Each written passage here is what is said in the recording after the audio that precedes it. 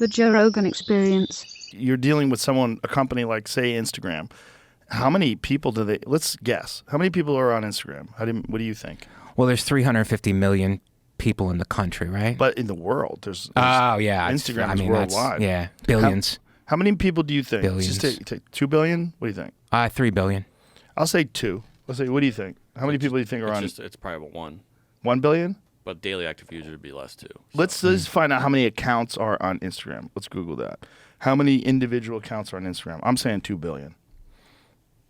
What do you think, Jamie? You say 1? You say like 2, 3? Yeah, 3. Facebook's the most, and it's not over 2 billion yet. Oh, it isn't? Pretty sure. I thought it was. Facebook's worldwide. Yeah. Like, Facebook changes elections in places. Like, that's crazy. Right. I had Zuckerberg on, and you could tell, like, having a conversation with that guy. Dang, I'm off. What? Instagram is 2.35 billion active users. Wow, that's you. Wow. That's you. Wow, that's crazy. That's a lot of people, Yeah, I guess man. it would be hard for them to field. I guess it would be hard for them to field like complaints or whatever. Meanwhile, that's 4th amongst the biggest social media networks globally. So what's number 1?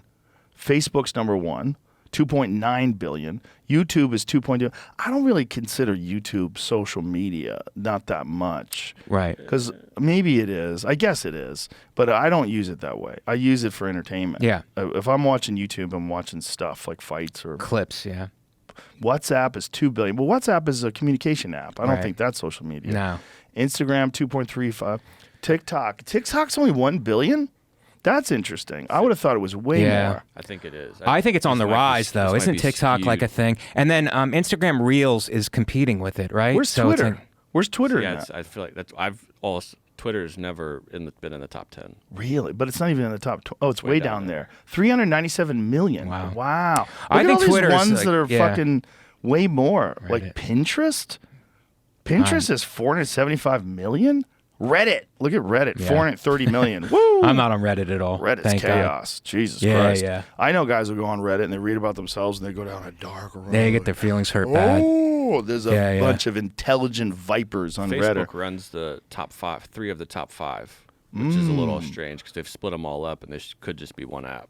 Well, Facebook Messenger could just be Facebook. Yeah, wasn't that that's one true. of the things that they asked ChatGPT? Like, do you think that Facebook is a monopoly and should it be broken up? I mean, And absolutely. They said yes. Yeah. What did Zuckerberg say? Well, I didn't ask him about Yeah. that. No, but for him, it was interesting because he's a very nice guy. Yeah. And, people think of him as like a robot and a thing. I think he's not that at all. He's a guy who created this thing a long-ass time ago with no anticipation of what it was going to become. And then it became this fucking worldwide monster. Right. This thing that's just, it's so big. And, and he's a pretty interesting guy and very forthcoming. He was explaining, like, about how the FBI contacted him about the Hunter Biden laptop. Yeah. And he explained it on the podcast, and it created a firestorm of controversy. I'm sure. Because he was just kind of casually explaining, well, the FBI told us that there was going to be some disinformation coming out of Russia, and we were told that this and that, and so we limited its reach, and then it just was fucking giant news, like that this is just, this guy just created a fucking dating site for college kids. Right. X amount of years ago. But he was instrumental in growing it, though, too. You know what I mean? And with that comes like bad stuff, obviously. Not just the good parts of it. And also, most recently, he took a big blunder with that whole Meta thing, where they thought that everybody was going to put on headsets and delve into the metaverse. Oh yeah. And that shit didn't work at all. No, why? It's too weird. Yeah. Like, I love. That's VR. that's close to. That will mess. You want to talk about social media fucking with your mind, like that meta stuff, like in a alternate reality. We'll just live in. You're basically getting closer to just being in a pod. You know what I mean, and having that on. Yes. As your reality. It's going to happen. Yeah. It's going to happen. It's just like, look, when I was a kid in the 1980s and 90s, there was good times. Good times. But there was times back then where people thought virtual reality was going to be the future. But the technology wasn't available. It didn't really work. But it was always this thought, that one day we're going to live in virtual reality. And that was the Matrix. That was like all these different things. But it was like science fiction-y enough that it was so far ahead. Yeah. And then the technology was kind of clunky, so it never really took off. But then when Oculus came around, and what were the other ones? There was another big one other than Oculus. Vive, that's right, the HTC Vive. that they were so good. You're like, ooh, maybe we're close. And there's some fun fucking games you can play on that. Apparently there's an Alien, like Alien 1, the movie game, that is fucking terrifying. And you play it and you're on the Nostromo, that spaceship, and the fucking aliens in the spaceship, right. and you know, you're going down dark corridors and rain's dripping, and you know, and then the thing just jumps out at you. It's fucking terrifying, apparently. But that, for whatever reason, they thought that was just going to just sweep the whole country, and everyone was going to... And it was a virtual reality mask that you put on? The over Oculus your eyes? is. Yeah, the Oculus, it's very light. The new one is very light. Like the old ones, we had the HTC Vive at the studio, and it had to be attached to a backpack, and there was like a cable that came above you, and we had the cable suspended from the ceiling, so we had like a sectioned off area where you could play in it. Mm-hmm. And then it got better, and John Carmack got involved, and you know, they made even better versions of it, and then it became something you just sit on your head. And then when that happened, I was like, oh boy, we're getting close now, because now it just sits in your head, and you have these two controllers in your hand. But it's still just, people are not that interested in it, which is interesting. That's good, I think. I think it's a good thing not to be on it. I think it's going to be the future. I think it's going to be something that's so wonderful and so exciting that you can't get out of it. It's going to be weird how it morphs with your mind. It's going to eventually morph with your mind, right? Mm-hmm. So it'll be like part of you, kind of. That's where we kind of morph into the robot world, I guess. That's happening. It's going to happen. It's just a matter of like, what is it, 10 years? Is it 20 years? Whatever it is. But technology is going to reach a point where it's so... Look, no one ever would have thought that you would have a thing in your pocket where you couldn't stop looking at it. Right. I'm still amazed by it. Like, I'm in New York, you know, and I'm watching people just walk down the street with it on, and they're not conscious of anything else that is going on, and they're just walking down the street. It's dangerous. There's cars that could hit you. It's like they're just walking down the street, just immersed in it. Actually, if you're on the subway and you're not on it, if you're just staring forward, like, you're the weird one. You're the weird one. Yeah. Everybody else, like, what's this guy doing? If you get on a subway with a book, like, who the fuck is this guy? Throwback. You're reading a book? Yeah. A real book? Yeah. It's not even a Kindle? Yeah. It's unreal. It's unreal. Yeah, it's... I had the books on my phone now, so I'm reading it on my phone. That's amazing to me, I think, to have all that information, just a library. Oh, yeah. With a library app, you could just download books from the library on your phone and read them and return them. That's fantastic. Well, I have most of the books that I consume audiobooks. I could, on the way to work, coming home from work, in the sauna. That's where I do most of my listening to books.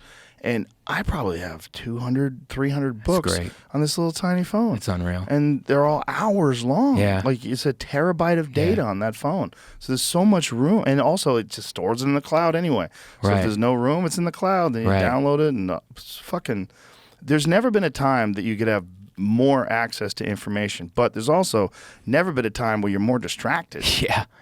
That's the rub. Yeah. That's the rub. But if you're focused on the information, man, it's like it's college. It's basically a college in your pocket. Yeah. It's unbelievable. And people listening might be like, what do you know, because people grew up with this, but we didn't. Right. Like, I knew a time where this didn't exist at all. Like, me and my brother had a room together. It was both of us. No TV allowed in the room. Dinner together at a certain time. Unless you're working or you're at a sports practice, you're having dinner. My father's playing music while we have dinner. We're talking about our day. Yeah. And then when we go to sleep, it's like a room, no television, because he didn't want us in our room watching television on our own. You want to watch television, you're out with the family. Right. You know, it's that kind of thing. So I guess, you know, it's a different world. Yes. And it's been a gradual thing, but it's still very, very different. Like, I don't have kids, so I don't know how that would be. But I guess, I mean, like, what you do, what you implement with your children, it sounds difficult. Like the right thing. They get mad at you.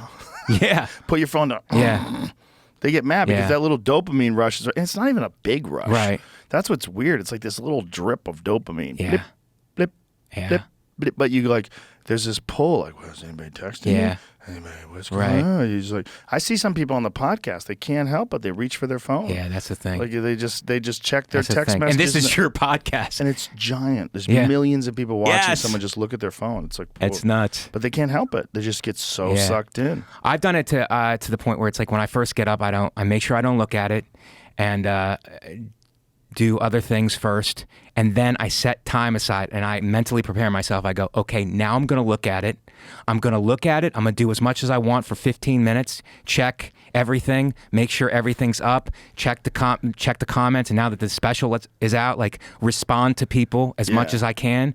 And then after that window is over, not again. Yeah. Now the trick is YouTube, because I like to watch stuff on YouTube, but it's like I don't want to get addicted to scrolling on YouTube either. Right. So that's the difference there. But I'm definitely addicted to watching stuff on YouTube. Yeah. Yeah, when I have breakfast, I got this little, it's pretty cool, this little kickstand thing that sticks up with your phone. That's great. I think this is called a coup case or something like that. I forget what it's called, but it's like, bam. So I just sit there. It's great. And I'll watch stuff while I'm eating. Right. You know, and I think I'm not addicted that way. Oh, I'm just being entertained. But that's YouTube. You're watching substance there instead of mindlessly scrolling, which is what I was doing. And that creates so many bad like emotions and stuff. It's like I don't want to feel that way. Isn't that weird that mindlessly scrolling creates bad emotions? Like, what is that? Why does it do that?